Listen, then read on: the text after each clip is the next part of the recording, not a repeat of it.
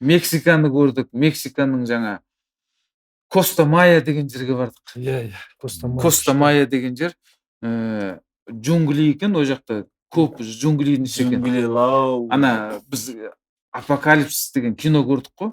Ана майя племясы жаңа бір джунглиде қашып, пирамидадан басын шауып лақтырып атады ғой. Тура сол кино түсірген жерге бардық. Джунглиге экскурсияға бардық. Актерлар қарындастарым барыңдар мынандай жерді көріп жатыр.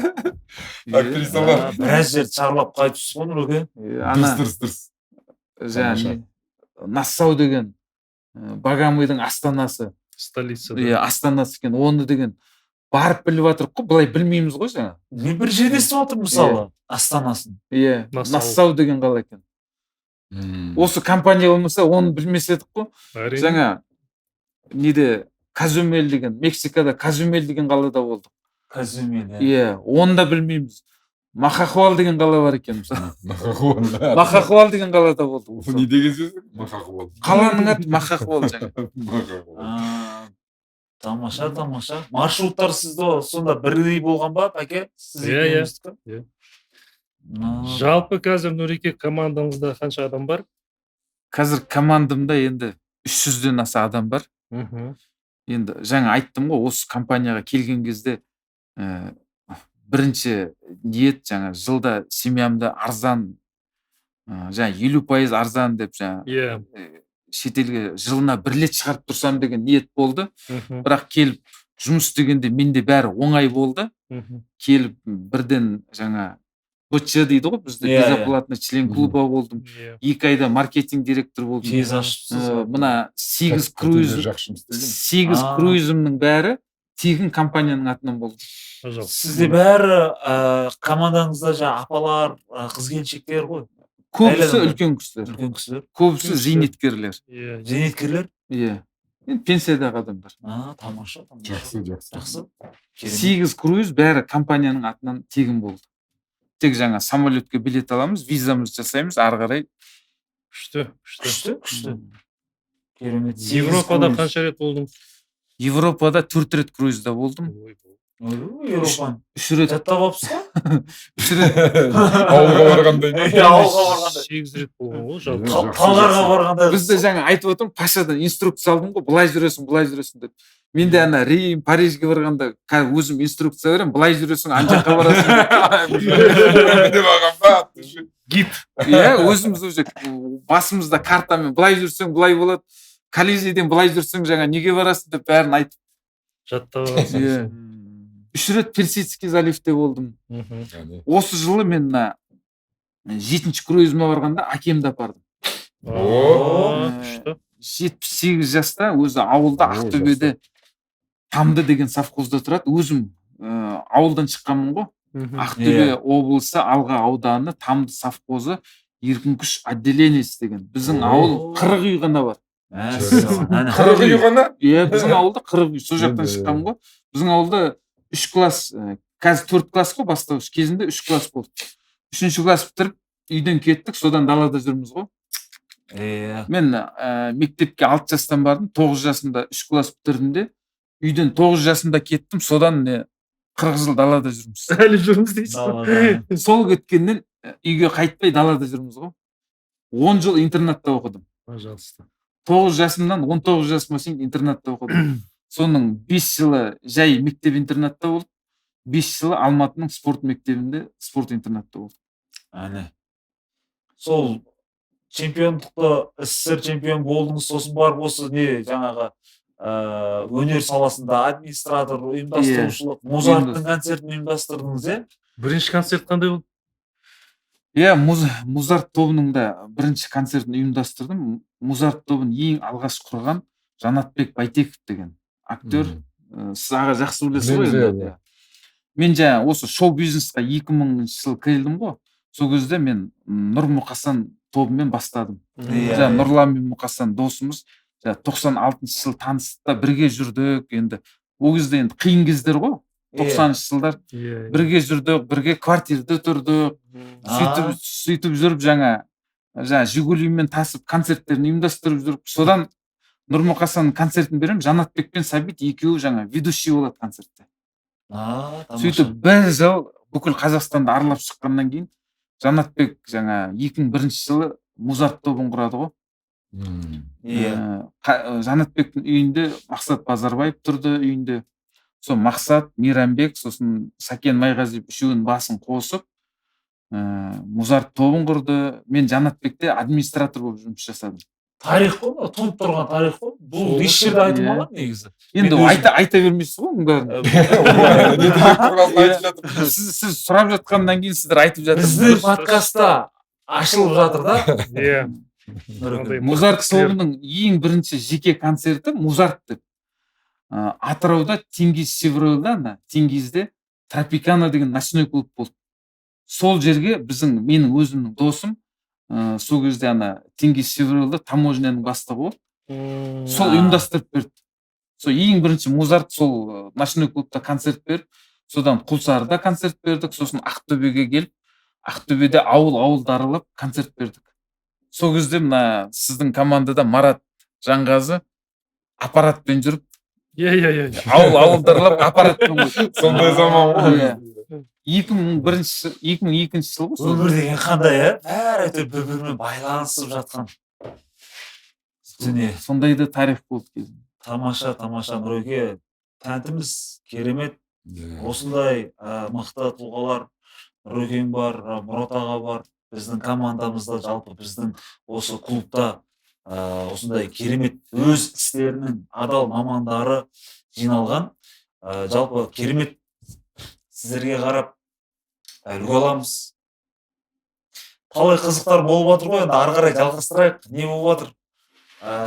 Нұреке, Мұрат аға, сіздер осы клубқа келген қандай қызықтар болып жатыр? Өздеріңіз айтып кетсеңіздер әңгімені жалғастырып дегендей. Жамандап отырсам.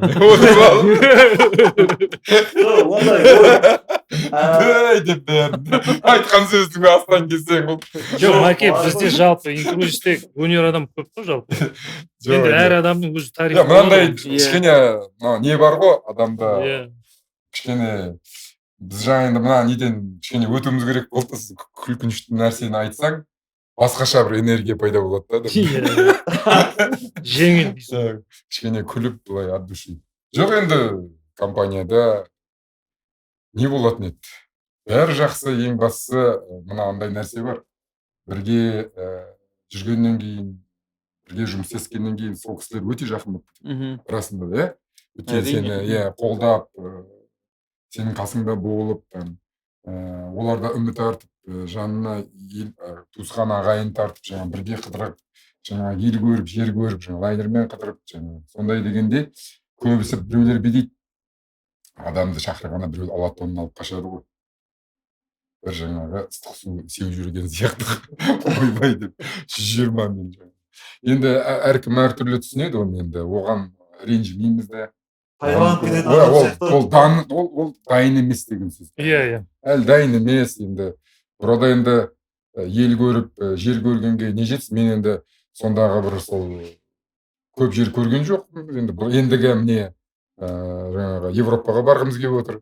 Мысалға ары қарай Америкаға да барамыз. Мысалға да.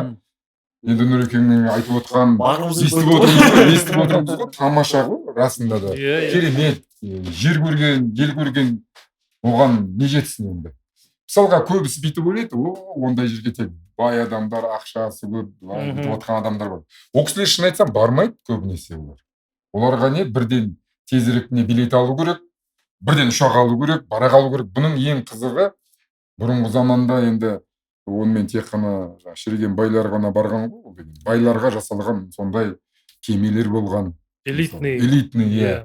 Кейін онда Майкл Хатчисон, мынау енді осы основатель компанияның соның пысықтығымен, соның ақылының жүйріктігінің арқасында барып, соны ұйымдастырып, келістіріп, қарапайым халық барсын деген ниетпен соны жасаған. Биыл келген ғой. Биыл келді, біз болдық мысалға да, балон шолақтың ішінде үлкен кездесу болды. Біраз әңгіме болды, таныстық, біраз кісілермен шындық керек енді бұл мынау жұрттың бәрі барсын, қыдырсын, жер көрсін, сондай бір демалсын, жылына ең болмаса бір рет деген сияқты сол ниетпен кіретін адамдар болса, олар енді кіреді, бірақ көбісі оқымайды, білмейді, мысалы кіреді де сосын сол кіргізген адам, жаңағы шақырған адамның несіне сенеді, содан біраз нәрсені түсінбей соңында кішкене жаңағы қобалжу деген әңгіме басталады да. Ол енді оған не дейсің енді? Айтсаң 4-5 рет айтасың, 10 рет айтасың, кейде кейбіреулер түсінбейді соны айтсаң. Кейін сосын солай ма екен, олай ма екен деп жаңағы сұрақтар пайда болады. Енді оған міне айтып отыр ғой Нұрекеңді, спокойно барып келіп жүрміз деп, визаға подавать етеміз, алдын ала жаңағы айтамыз, билетке 3-4 ай, 5-6 ай бұрын аламыз билетті де, арзан болады. Ал осыны айтып шаршайсың ғой. Мысалы кейбір кісілерге біз баратын кезде, мысалға жаңағы қанша дегенмен паспорт алу, кейбіреулерде паспорт та жоқ. Рас айтамын. Загран паспорты жоқ. Соны енді біз міне кетеміз деп жаңағы енді тауып аламыз ғой, жаңағы жақсы бір билеттің құны енді арзан болып тұр. Тез алайық десек, енді бәріміз бірге барымыз жоқ. Қарасақ ана кісінің паспорты жоқ. Сіз қалай паспорт алмайсыз ба? Шетелге барып жатсыз. Мен қазір барамды ала салам, несі бар дейді. Қаяқтан срочно болғанның өзінде тез алғанның өзі 3 күнде аласың. Ақшасын төлеуің керек. Қанша төлеймін сонда дейді жаңағы. Енді былай қарасаң енді шетел аралағысы келіп қыдырып демалам дейтін кісілер осының бәрін әуелі қазір не заманауи ғой, Гуглға ұр жаңағы лайнермен демалу, не істеу керек, қалай бәрі шығады. Болмаса өзің наставнигің бар. Содан сұра бәрін дұрыстап. Бірақ соны сұрамайды әрі қарай. Сондай кішкене бір нәрселері бар, былай ниет етіп өзім барам деп құлшынып жүрген кісілердің қиналғанын көрген жоқпыз енді. Оп-оңай барып демалып рахаттанып жүрміз. Негізі былай ғой, мысалы футболисттер болады ғой, нападающийлер болады, шабуылшылар ше. Доптың қай жаққа баратынын алдын ала сезетіндер болады да, чутьесі мықты дейді да ананы. Сонда чутьесі мықты нападающий анау деп ше. Сөйтіп айтып жүреміз ғой, сол сияқты мына клубты ұсынған кезде адамдарға сондай бір чутьесі мықты адамдар болады. Бірден қағып алады да, бірден көреді ол мүмкіндікті ше. Сразу сөйтіп қосылады. Ал кейбір адамдарға айтасың, ол әркімнен естіп алған жаңағы пікірлермен біреулер жаңағы әртүрлі бір нәрсе айтады, бір нәрсе вникать етпейді, сөйтеді да кейінге қалдырып жүре береді да. Мен де бұл спортпен салыстырамын ғой. Енді бала кезде еркін күреске бізді жазылдық. Енді жазылып қойып, мен ертең чемпион Қазақстан боламын деп үйде жата бермеймін ғой. Ол үшін барып дайындалу керек. Күнде еңбек, жаңа тренировка жасау керек. Сол сияқты инкрузкта результат көрсеткің келсе, күнде кел, презентацияны тыңда. Бір күн мысалы Пашаны тыңдасаңыз, бір күн Мұрат ағаны, бір күн Жалынды. Күнде жаңа презентацияға келгеніңіз, ол біздегі спорттағыдай тренировка. Білім аласың да, үйрену керексің. Әрекет. Мен де бұл компанияға келген кезде мен бір күн жібермей, вообще басында бір күн жібермей, кәдімгі жұмысқа келгенде келетін. Себебі мен қайда келгенімді не істеу керек, үйренуім керекпін ғой. Содан да результат содан болады мысалы. Көбісі кіріп алады да, келсешсің, айтып жатырмын, ешкім тыңдамайды дейді. Мен айтамын, сіз білмейсіз ғой, не айтып жатсыз деймін да. Сіз әлі толық білмейсіз ғой деп. Бірінші өзің үйрену. Мен адамға айтам, келмейді, несіне барам дейді. Өзің келіп үйрен.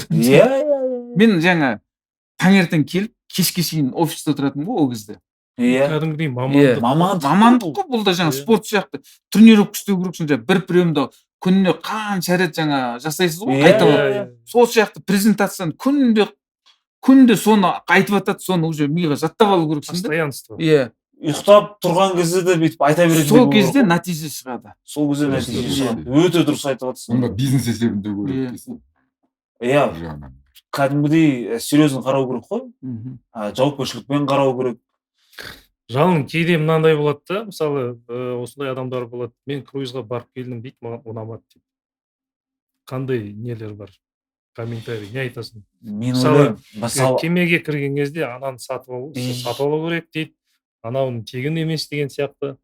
адам көп дейді, очередь дейді, енді оны айту керек та тоже сен. Иә, ол ашық болу керек. Бұл негізі ашық подкаст қой. Оның бәрін біз кәдімгі адамдарға өзіміздің позитив и негатив болу керек та тоже. Соны біз ашық біз талқылауымыз керек та. Мысалы, дұрыс кейбір адамдар айтады, бардым, очередьке тұрдым, кейбір соктарды сатып алдым деп ше, көзге барып келген адамдар сөйтіп өздерінің негативтерін айтады да, оны естіген, мысалы, сіз мысалы кірмегенсіз, оны естігеннен кейін, ой деп ат-тоныңызды ала қашасыз. Маған керек емес деген сияқты ше. Жаңа біреу негативін естіп қалады да, біреу қашады деген сияқты. Негізі бұл жерде мен ойлаймын, ол мәселе пәке. Ол адам бұрын жасап жатыр ғой. Сол кезде пакеттерді дұрыс қолданбады. Дұрыс сол жерден кетті деп ойлаймын, қате. Мен басқаша ойлаймын. Айтыңыз, қалай ойлайсыз? Ол мынандай нәрсе. Соны мен айтайын дегенім мынандай нәрсе. Болып жатқан жағдай өзіміздің басымызда, мысалға, күйеу кіреді, или әйелі кіреді. Сөйтеді де екеуінің арасында қарым-қатынас жоқ. Мысалға, анау кірген кезде, енді ана лайнерге жаңағы жататын орнын жаңағы таңдап алу керек қой. Балконмен ба, балкон емес па, ол қалай болады. Ақылдасу керек. Сосын барып жаңағы, ол жаңа ішінде бәрі все включено ма? Тағамның ішетін, анау жейтін нәрсенің. Әлде ол жартылай ма? Ол мүмкін күйеуі енді кешірсін, Құдай сақтасын. Енді қазір заманда ішпейтін бауырларымыз, інілеріміз көбейді ғой, ішетіндерге қарағанда. Бірақ соңында да сол ащы суды ішетіндер бар. Соны барған кезде, неге менде қосылмаған ащы суым, анау деп ренжиді адам. Сол ғой, сол сатып алып. Соны тыңдаған келмейді, бұрыласына кетіп қаласың сосын бар. Енді ол соны баста келген кезде бұны зиыр салып, ешқайсысы дұрыс түсінбейді. Түсінгісі келмей ма, ойлайды, жаңа оп-оңай мына жерге Қапшағайға барып келе жатырмын деген сияқты. Толық ақпарат алмайды. Адамның өзіне байланысты бұл жерде. Сосын күйеуі мен әйелінің екеуіне де семейіне болғасын, ерлі-зайыпты екеуі барады ғой енді. Соны барғаннан кейін екеуі ақылдасу керек, сөйлесу керек. Олар бір-бірімен сөйлеспейді. Анау айтпайды, күйеуі айтпайды не екенін. Жақында болған жағдай мысалы. Күйеуіне 100 рет айтты уже. Мынау телефонын айттым, ертеңгісін сіз мені кінәлайсыз деп. Сол ғой. Сосын кім жаман, сіз жаман, сосын компания жаман болады. Басқаларға айтады да, сосын негатив, мен білгем, не осындай болатын деп әйел шығады. Кешіріңіз, жолдасыңызға бәрін түсіндіріп айтқанбыз. Қайта голосовоймен жіберем. Міне көрдіңіз ба, голосовойды қараңызшы, міне айтып жатырмын, қанша рет айттым ішін, тола голосовой, телефон звонок, аяғын телефон алмайды, қолын тимеді, соны айтасыз. Бұл негізі адамға байланысты деп ойлаймын. Адамға байланысты. Адамға байланысты. Егер өзі шынымен құнттап, жаңа барам деп, енді әйелі барам деп тұрса, күйеуі может кішкене артқа тартады. Мысалға да, оны соны айту керек, жөндеп түсіндіріп. Соған қарағанда, мына енді қазір бизнесте жүрген жігіттерге, инкруста айту керек. Күйеуін айтып жатса, әйеліңді де шақыр, бірге сөйлесейік.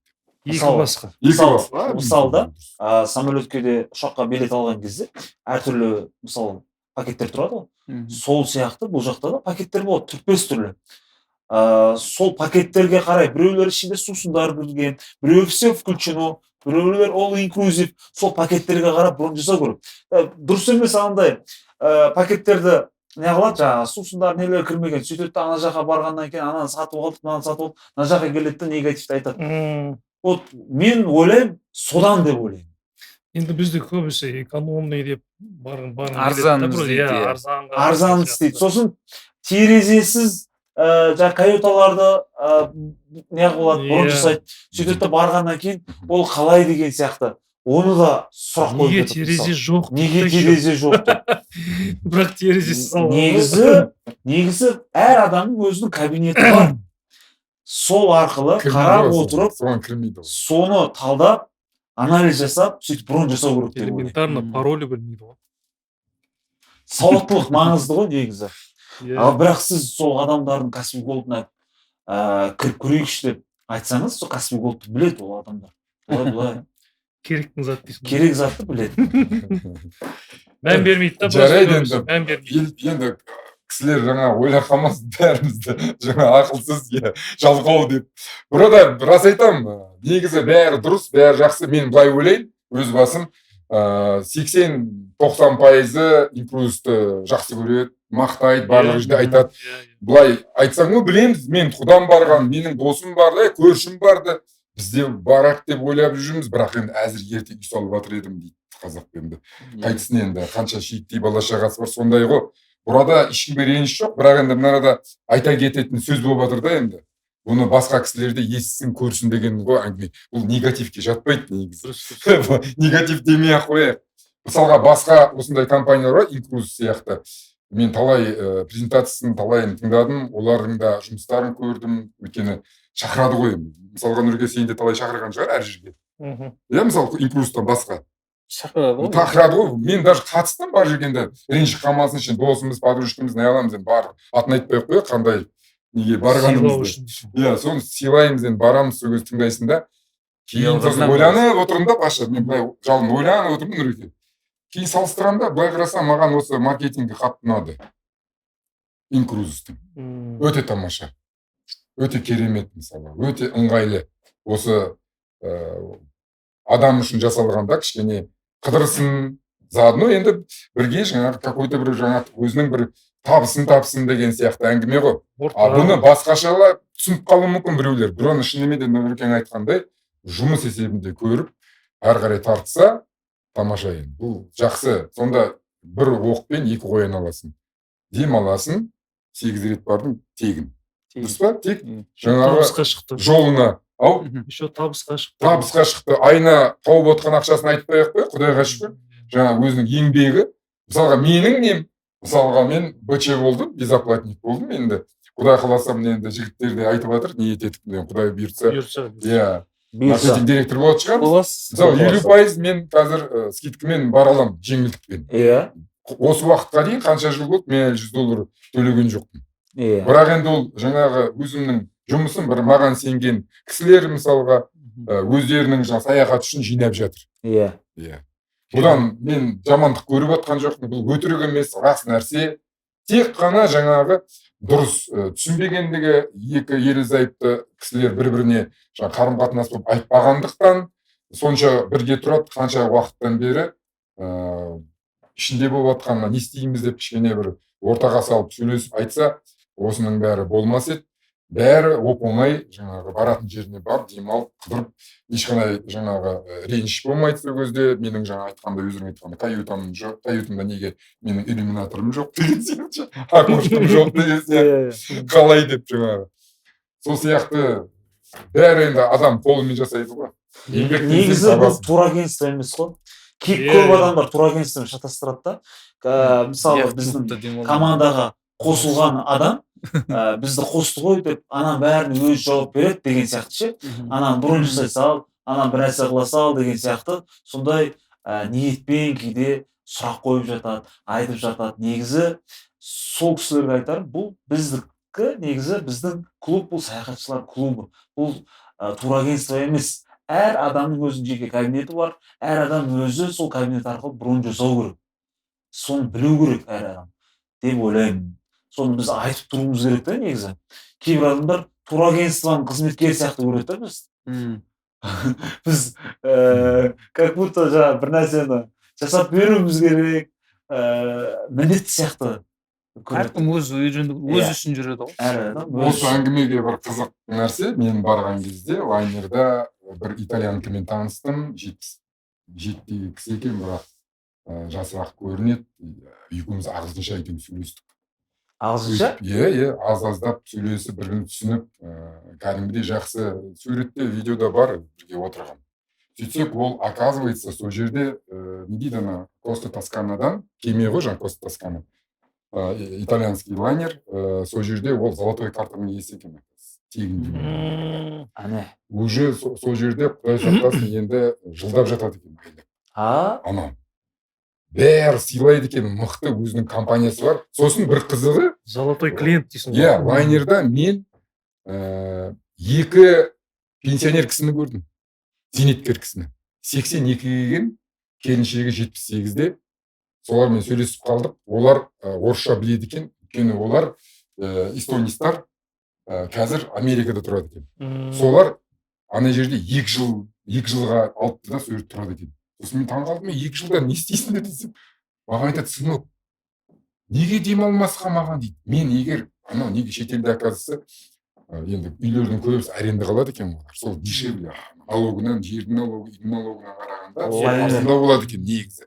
Сосын енді олар жаңағы дом престарелых деген бар ғой. Оларға дом престарелыхқа барып демалу таңсық емес, сосын ұят емес екен. Чем балама жаңа басқаға жаңа салмақ салғанша олар ақшаны өздерінің банкына депозитына жинайды екен қанша жылдан бері.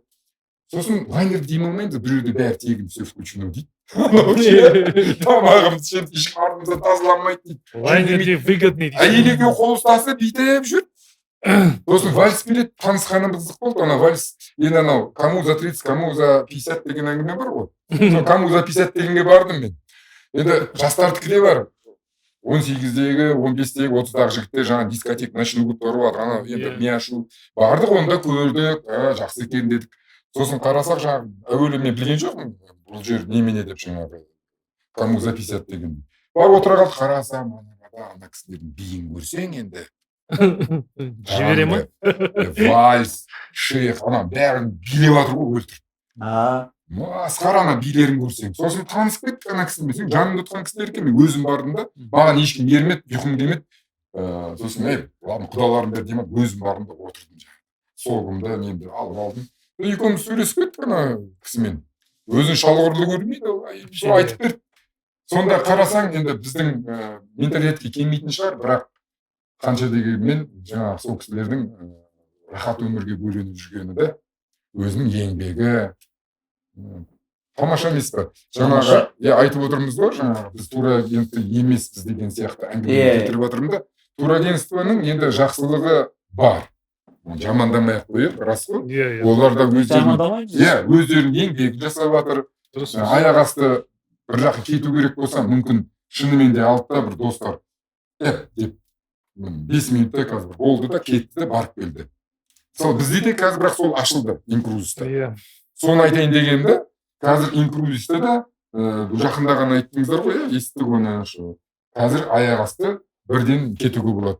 Ешқандай қиын емес. Бұрын біз айтатын едік, ақша жинауың керек, 5-6 ай барам дейтін адам жағдайы кетіп тұрса. Қаншама турлар, отельдер бар платформада, қаншама турлар, отельдер, круиздар бар. Бұрын жасап енді менің ұлым, например, жаңа мысал ғана келінмен, 3 баласымен 1,600,000-ге барып демалып кетті Египетқа. Оны білесіздер ме қалай алған? Кредит алып, Каспиймен. Не күлдім, айналайын, сен не істеп жүрсің? Аман болсын, Каспий дейсің ғой. Енді не істеп жүрсің? Не бұнау, балам-ау, сен жаңағы, енді папа болсын, бардым, келдім дейді. Енді олған бір жағынан жақсы болды, ол салыстырды. Инкрузистің қалай екен, сосын барып жаңағы, сол жаңағы барып жаңағы бір гостиницада жатып, пляжға барып суға түсіп, тамақ ішіп, гостиница, пляж, гостиница. Бір орында, бір орында. Былай, если қалаға шықса, ол гид жалдау керек, жаңағы көліктің өзі қалай тұрады, такси анау-мынауын. Оның бәрі шығын ғой, бұл. Қымбат ол жерде. Ал инкрузиста не? Мысалға бардың, 3-4 ел қарайсың, 5-6 қала қарайсың, көресің, бәр жерде боласың, гид алдыңда шығады бірден. Былай қарасаң, болмайтын бір ақша. Бірге қыдырасың. Отель бірге жүзіп жүреді. Отель өзіңмен жүзіп жүреді. Ішіндегі ойын сауық дейтсің. Керемет, ішіндегі ойындар. Біріне айтайын деген. Әртүрлі каюта бар деп айтамыз ғой. Презентацияда да естиміз ғой жаңа. Терезесіз, тереземен, балкон, яхт клуб деп айтып отыр. Яхт клуб бар. Сізді жаңа өзіңіздің жеке сопровождающий болады, күтіп алады, сөйтеді. Мен 6-шы круизға барған кезде мен де яхт клубта демалдым. Не? Яхт клуб дейтін сүйттен жоғары ғой. Сүйттен жоғары, ол мықты. Ол былай болды, мен негізі. Тек айтпашы, күнде бір қыз келіп массаж жасайды аяғыма деп. Мен балкон болды балконмен каюта алдым. И сөйтіп жаңа посадочный талон келеді ғой, бір 10 күн қалғанда ма посадочный талон келеді. Сол кезде распечатать шығарып қарасам, яхт клуб деп жазылып тұр да. Ана каюта номер, басқа номер.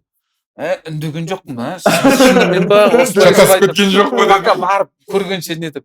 сосын неге келіп жаңа есіктен портқа келген кезде Иә. қыздар тұрады ғой, анда бәрі очередьқа тұрып алып, ана пассажирдің талонымды көрсеткен ғой, сразу жүгіріп кетті, өздері барып жаңа сумкамды алып, өздері алып, жеке сопровождающий отырғызып қойды, осылай отырғызып қойды мына жерге. Шайды алып келді, жаңа спиртной не ішесің деп қояды, жоқ шай дедім, конфетін бәрін алып келді. Ана былай жай барған кезде очередьте тұрасың, суретке түсіріп, керемет. өздері жүгіріп келіп суретке түсіріп, бәрін істеп жүр. Яхт клуб еще бөлек вход болады ғой. Иә, сосын жаңағы документті толтырды да, жеке сопровождающий өзі бізді ертіп алып кіргізді, бөлмемізге алып барды. Бөлменің ішінде енді лайнердің ең алдыңғы жағы екен. Ең алдыңғы қолымызға браслет берді, ана. Басқа браслет, ана есіктер только бүйтсең ашылады. В общем, вип месталар ғой. Сопровождающий өзіміз презентацияда естіп жүрген қасыңнан қалмайды. Бөлмені ашып қарасаң, осылай диванда отырады. Холда отырады жаңағыдай. Күтіп отырады. Шықсаң отырады, шынымен.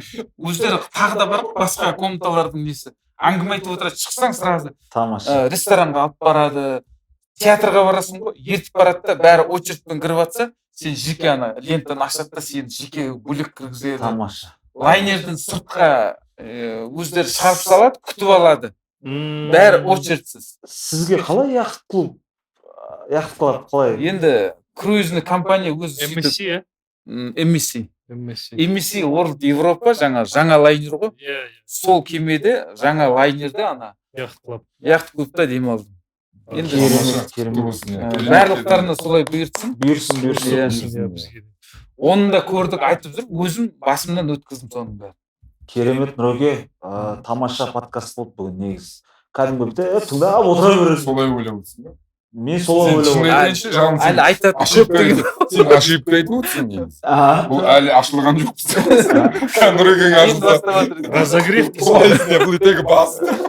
Кәдімгідей тыңдап отыра бересің. Бізде кәдімгідей 1 сағат өтті. 1 сағат өтті. Негізі бұл компанияға келгенде енді жаңа басында айттым ғой, мен тыңдап қабылдаған хотя бы жылына 1 рет семьямды шығарып тұрсам деп. Қазір енді жылына 2 рет, 3 рет осы компанияның атынан тегін қыдырып жүріп та, мысалы.